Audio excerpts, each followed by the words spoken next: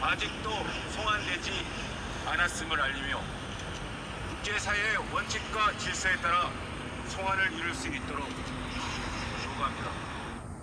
유엔 인권조사위원회는 또 북한이 이 밖에도 일본과 중국, 레바논, 말레이시아와 싱가포르 등의 국적자를 대거 납치하는 데 관여했다고 밝히고 있습니다. 하지만 북한은 지난 2014년 5월 유엔 인권이사회 등을 통해 관련 사실을 전면 부인하며 국제사회의 요구를 받아들이지 않고 있습니다. 이 같은 북한의 대응에 실망과 우려를 표한 유엔은 강제 실종 피해자에 대한 생사 확인과 소재 파악을 북한 당국에 지속적으로 요청하고 있습니다. 특히 최근에는 유엔 인권 보고관들이 북한의 서한을 보내 한국 전쟁 당시 국군 포로들의 송환을 촉구하기도 했습니다. 유엔은 강제 실종 문제가 전 세계적으로 확산함에 따라 지난 2010년 12월 채택한 결의를 통해 매년 8월 30일을 강제 실종 희생자의 날로 지정했습니다. 유엔 인권사무소는 세계 강제 실종 희생자의 날에 앞서 발표한 성명에서 신종 코로나 바이러스 위기 속에서도 실종자를 찾는 활동에 지원을 아끼지 않을 것이라고 밝혔습니다. BOE 뉴스 안소영입니다. 이런 가운데 유엔 인권기구는 30일 국제 강제 실종 희생자의 날을 맞아 발표한 성명에서 북한에서 사라진 모든 사람들을 기억해야 하며 북한 당국은 이들의 생사와 행방을 명확히 밝히라고 촉구했습니다.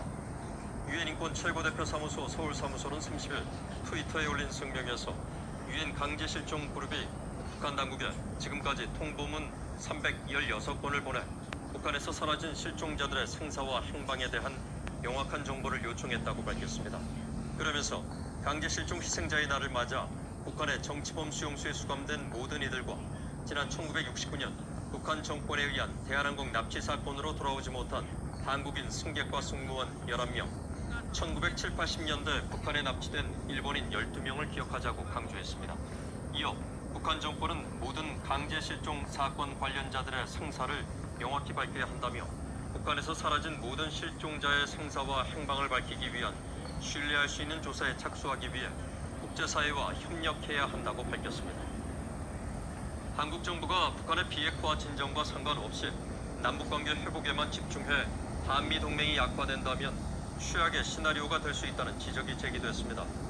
한국 내 싱크탱크인 세종연구소의 이상현 수석연구위원은 31일 한국개발연구원 KDI의 북한경제리뷰 8월호에 올린 코로나19 이후 미중 패권 경쟁 전망과 한국의 대응이란 제목의 보고서에서 이같이 밝혔습니다. 이 위원은 한국이 비핵화 진정과는 관계없이 남북관계에만 모든 것을 집중해 올인하려 들고 그 결과 한미 간의 디커플링, 즉 탈동조화가 매우 심각해질 경우 한국의 최악의 시나리오가 될 것이라면서 이는 적극적으로 피해야 할 사태라고 지적했습니다.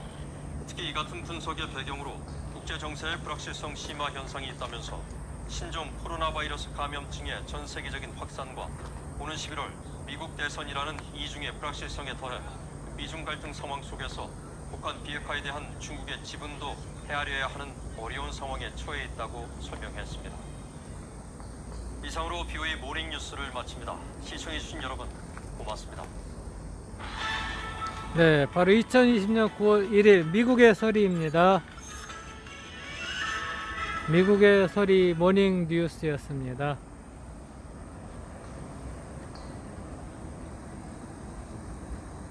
네, 그래서 이 미국의 소리도 이참에 구독을 신청했네요. 네, 구독했습니다.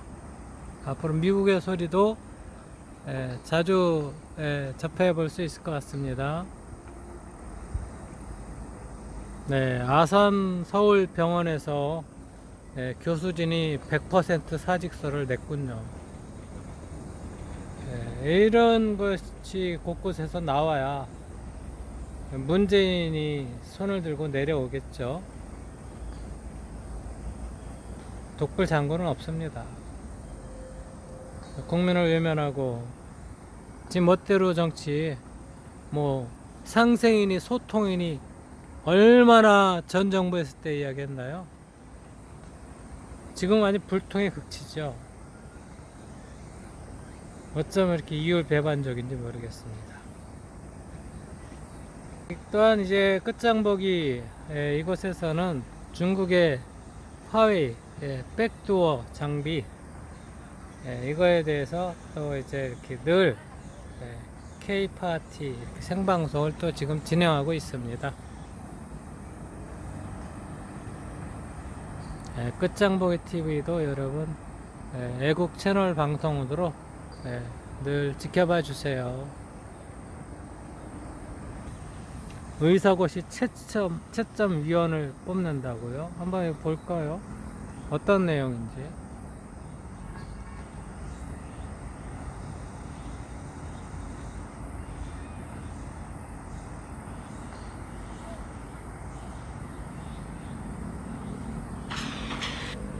젊은 시각입니다. 젊은 시각. 안녕하십니까. 젊은 시간입니다. 저와 같은 평범한 취업 준비생들은 지금 몇백 대 1의 경쟁률에 도전하며 수십 개의 기업에 원서를 쓰고 있습니다. 저도 지원한 기업이 벌써 30곳이 넘습니다. 학과 수석도 해봤고 경력도 많은데 계속 떨어집니다.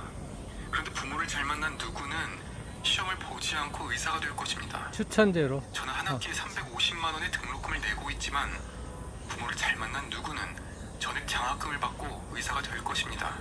노력해서 의대에 들어간 의대생들은 서울대학교 병원에서 일하는 것이 인생의 목표일 수 있지만 누구는 의무 복무 기간이 끝나면 서울대학교 병원, 국립대학병원, 국립암센터에 우선 채용된다고 합니다.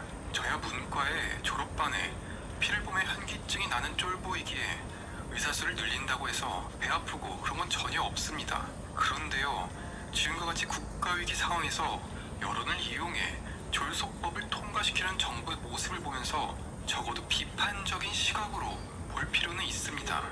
이게 뭐하는 사진 같나요? 올해 2월 국회 앞에서 공공의대법 통과 기원제를 개최했다고 합니다. 남원시장과 국회의원을 주축으로 각종 시민단체가 참여했습니다. 정말로 국가의 공공이익 때문에 이렇게 하는 거라고 생각하시나요? 의사들이 온갖 욕을 먹어가면서 교수, 학생 모두 파업을 하고 있는데 정작 엉뚱한 곳에서는 이미 공공의사는 확정된 것처럼 판을 벌이고 있습니다. 이뿐만이 아닙니다. 공공의료의사는 어떻게 양성해야 하나 라는 주제로 토론회를 개최했습니다. 한국노총의 주도로 경실련, 참여연대, 보건의료단체연합, 공공운수 노조 등이 모였습니다. 이게 바로 공공의사를 추천한다는 시민단체들인가요? 의사들은 어디 가고 웬 시민단체들이 모여서 토론을 하고 있습니까? 북치고 장구치는 거죠. 다른 건 그렇다고 하더라도 한국노총이랑 공공운수노조가 왜 있습니까? 의사를 어떻게 양성할지 토론하는데 왜 엉뚱한 사람들이 나오고 그리고 공공병원 설립운동연대가 참여하는 것도 말이 안 됩니다. 이분들이 어떤 얘기를 하겠습니까? 무조건 필요하다, 좋다만 얘기하죠. 어떠한 예상되는 문제점, 비판의 소지 이런 걸 짚겠습니까? 로스쿨 제도 도입에 대한 토론회에서 로스쿨 설립 운동단체가 토론한다고 생각해보세요. 토론회요, 다 좋다고 모이는데 어떤 반대 의견이 있겠습니까? 저기서 공공의대 설립에 대해 부정적인 의견을 제시하면 어떻게 나올지 뻔합니다. 나라꼴 잘 돌아갑니다. 오늘 정부는 의사 국가고시 시험을 일주일 연기하기로 결정했습니다. 마치 선심 쓰듯 연기를 해준다는 발표였지만 실상은 의과대학 교수님들이 채점을 거부했기 때문이랍니다. 부산시 의사회의 말이니 신뢰하셔도 좋습니다. 그래서 정부는 어떻게 대응한 줄 아시나요? 군의관에게 의사면허 국가고시 채점위원으로 쓰겠답니다. 군의관은 파업을 할 수 없기 때문이죠. 지원자가 없을 경우에는 제비뽑기로 채점위원을 뽑겠답니다. 이는 마치 사법고시, 행정고시의 채점을 갓 로스쿨 졸업한 학생이 하는 것과 같습니다. 우리나라 의사 수준이 어떻게 되겠나요? 전문의 따자마자 군대로 간 군의관이 대한민국의 의사를 뽑는 시험 채점을 합니다. 그것도 제비뽑기로요. 조민이요, 정말 운 하나는 타고났습니다. 자기보다 공부 잘했던 친구들은 시험을 거부해서 누구나 다 붙는 시험인데 그 채점위원이 군의관입니다. 제가 군의관을 비하하는 의도가 아니고 원래 대학 교수들이 채점을 하는 게 정상인 겁니다. 그런데 또 시험은 내후년부터 컴퓨터로 치러집니다. 현재 필기로 보는 시험에서 컴퓨터로 하겠답니다. 구급 공무원 시험도 지필로 시험을 보는데 의사 시험을 컴퓨터로 하겠다뇨. 안철수 대표가 말합니다. 공공의대 강행하면 돌팔이 의사 천지될 것이라고요. 불공정과 반칙의 문제를 넘어서 의료에 대한 정부의 무지에 개탄을 금할 수 없답니다. 요즘 언론사라는 곳에서 기자들이 뭐를 취재하는지 알아봅시다. 작가라고 합니다. 의사 파업으로 인해 피해를 입으신 분을 찾고 있답니다. 의사 파업으로 쓸 날짜가 밀려 피해 아닌 피해를 입고 계신 분들의 이야기를 방송에서 전하고자 취재 중이랍니다. 이게 편파 취재이고 편파 방송이죠. 이래서 결국 사례를 찾긴 찾았는데 내용이 가관입니다. 우선 제목은 집단 휴진 속 약물 중독 40대 응급처치 못 받았다는 겁니다. 기사에도 다분하죠. 의사 파업만 아니었어도 살았을 뿐이 의사 파업 때문에 소중한 생명을 잃었다고 댓글이 엄청 달렸습니다. 이 사건으로 언론사 최소 10곳 이상에서 보도되었습니다. 그런데 이분이 안타깝지만 어떤 사연에서 약물 중독되었을까요? 경찰의 음주운전이 적발되어 집에 들러 농약을 마셨답니다. 상황이 잘 이해가 안 가죠? 저도 그렇습니다. 음주운전을 덮으려고 농약을 마신 사람이 응급실에 실렸는데 의사 파업 때문에 치료를 못 받았다고 연관지어서 언론에서 때린 겁니다. 그럼에도 의사의 파업 때문에 치료를 받지 못하는 사람들이 많은 것은 사실입니다. 그것은 부정할 수 없습니다. 그렇다면 그 책임의 화살을 의사에게 돌려야 할까요? 밥그릇 지키기라고 매도해도 될까요? 대통령은 파업하는 의사들에게 전쟁 중에 군인이 이탈한 것이라고 말했습니다. 지식의 칼이라는 유튜버가 이에 대한 대답을 했는데 잠시 인용해봅니다. 뭔가 대단히 착각하는 것 같은데 국민 생명을 담보로 협작질을 벌이는 것은 너희들이고 의사들은 이들이 쏜 총알을 피하고 있을 뿐이다. 의사들이 총알을 피하는 바람에 이 총알이 의사 뒤에서 서 있던 사람을 맞힌다고 의사들을 비난할 수 있나? 왜 가만히 서서 총알을 맞지 않았느냐고 개소리 마라. 총은 네 놈이 쐈다. 그리고 의사들에게는 날아오는 총알을 피할 권리가 있다. 간단 명료한 답변입니다. 무리하게 정부의 정책을 추진하면 파업하겠다는 의사들의 의견을 묵살한 정부에게 그 책임을 물어야 합니다. 왜 이렇게 의사들은 욕을 먹어가면서 파업을 하고 있을까요? 우리나라 최고 의사들이 모인 서울대병원 전공의의 무려 94%가 업무를 중단하거나 사직서를 제출했습니다. 정말 단지 밥그릇 때문일까요? 아닙니다. 이것을 받아들이면 의사들의 체계가 무너지기 때문입니다. 정치 의사들로 가득할 겁니다. 우리 법 연구회 아실 거예요. 1989년 창립된 법원 내 연구 모임입니다. 호남계와 운동권 등 진보 성향 법조인들의 모임이죠. 시작은 미약했지만 지금은 어떻게 되었습니까? 3년 전부터 사실상 사법부 주요 요직을 점령하고 있습니다. 코드 인사 논란까지 나왔습니다. 정치적 중립을 지켜야 하는 전교조는 7년 전 불법 노조로 규정되었습니다. 그런데 다음 달 대법원은 전교조가 불법 노조 처분을 취소해달라는 소송 선고를 한다고 합니다. 1, 2심 모두 패소했고 이번엔 대법원만 남았습니다. 그 대법원에 우리법 연구회 소속 판사들이 많습니다. 어떤 판결을 내리겠습니까? 자기 편 살리게 할 겁니다. 학교도 정치권 교사가 점령하여 학생들의 시각을 편향적으로 만드는 것도 정말 중요한 문제입니다.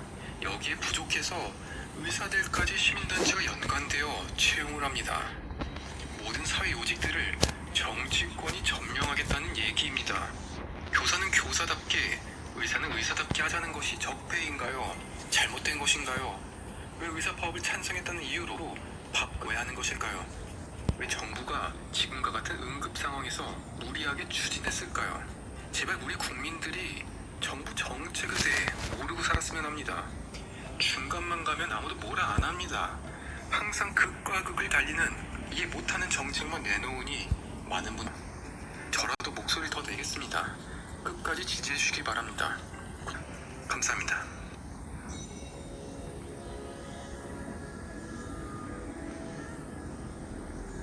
네, 의대 교수들이 이렇게 젊은 시각의 눈으로 볼 때, 그 원인을 제공한 것만으로 정부가 맞죠.